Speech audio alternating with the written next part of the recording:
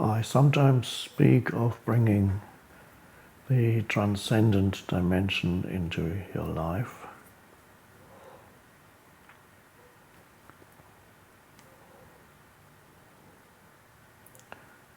Without which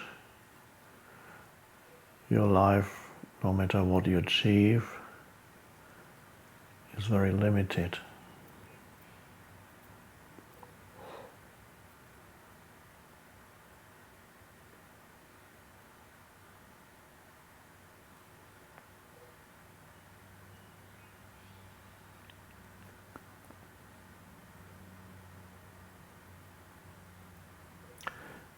The transcendent dimension is not an achievement. It's more like a discovery, because it's already here.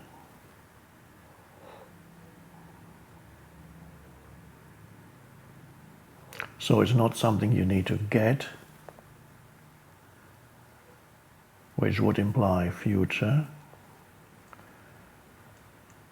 but the discovery of something that's already here.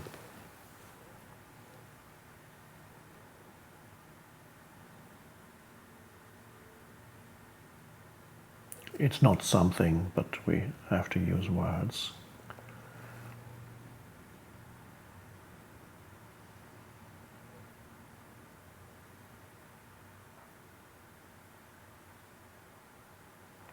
And this is about the most important thing.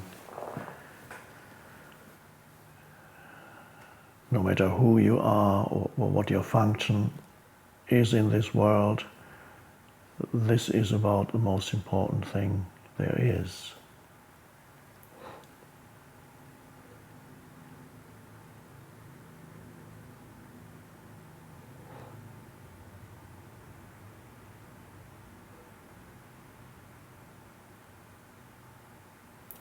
So we are here right now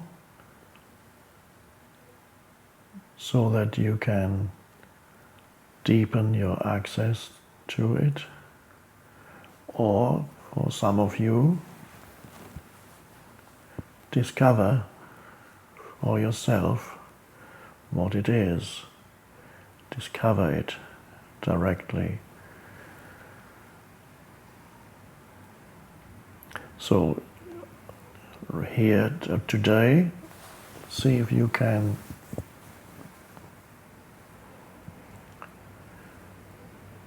experience yourself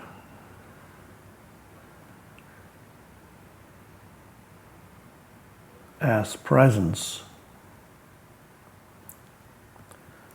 rather than as a person.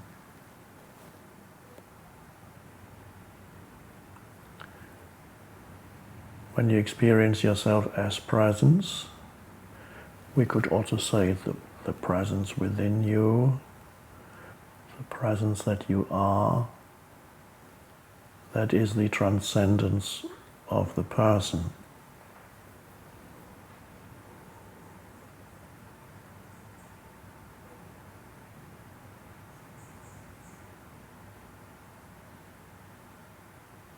And the transcendence of the person and the discovery of yourself as presence is here and now. When you become so alert, so awake, to discover that alertness, that wakefulness in you, that there's no thinking. There are spaces in between thinking of simple, alert presence. And the opening up of those spaces, or that one space, is the transcendence of the person, because as that space opens up, you suddenly realize there's a depth to you that you didn't know before.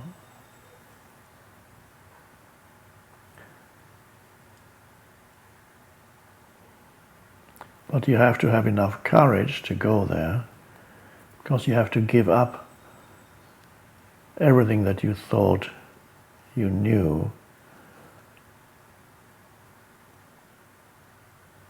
all the thoughts that you identified with.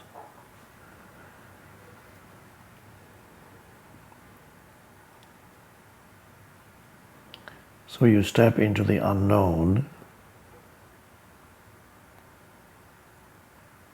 in which one could almost say you become as nothing. And I like that English word, you don't have that in other languages. The English word nothing consists of no thing. Thing meaning form, something that has a particular form. And you realize the presence of that which has no form. And as you experience yourself as presence, in which there's no thought, just an alert consciousness,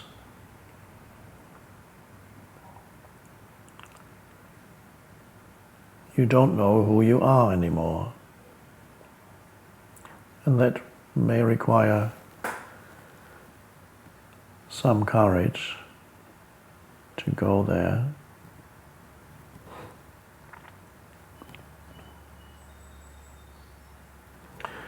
Some people go there without any spiritual teaching because they just cannot stand who they are anymore, the person, and the life that that person creates for them. Can't take any more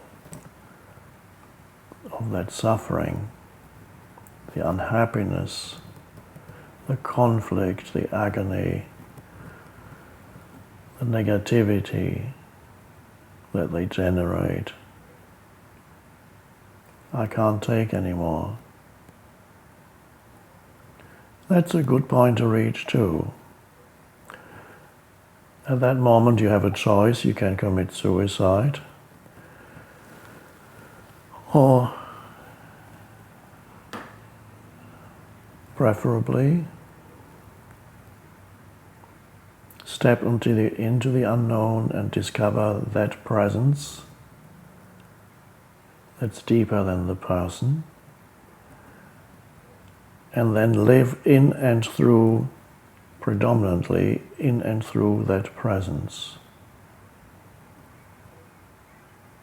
So when you look at something, the presence is looking, not the person.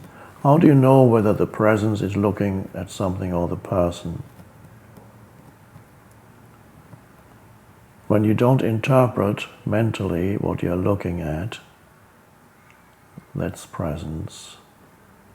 But you're very alert.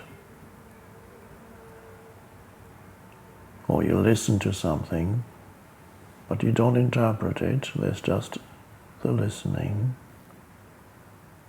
and the presence, without which there could be no listening. And then in little situations in your life, you discover that it's much more pleasant to be there as the presence rather than as the person. You do perhaps simple routine activities as the presence,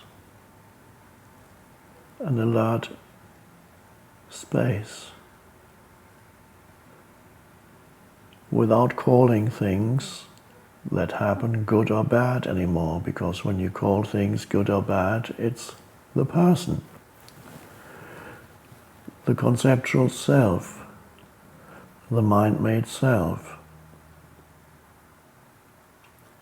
That includes other people. You don't call other people good or bad anymore. Places, situations.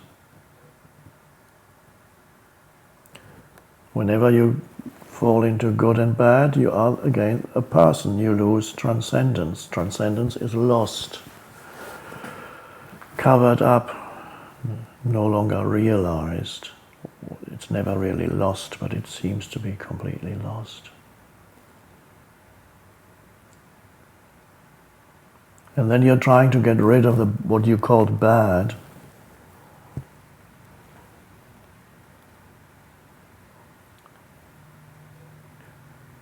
But that doesn't really work.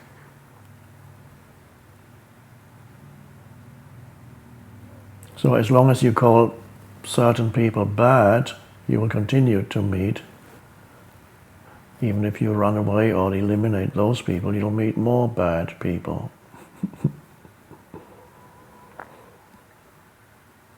And what you focus on mentally grows.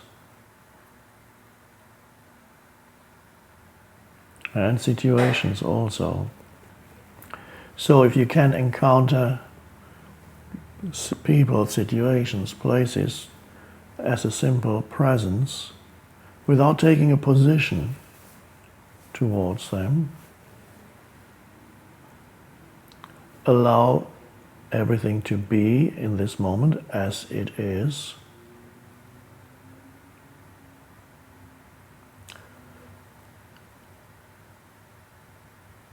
Now the ego doesn't like that. The ego is the mind-made self that lives on judgment. If you relinquish judgment, the ego disappears. Of course, it doesn't want to disappear.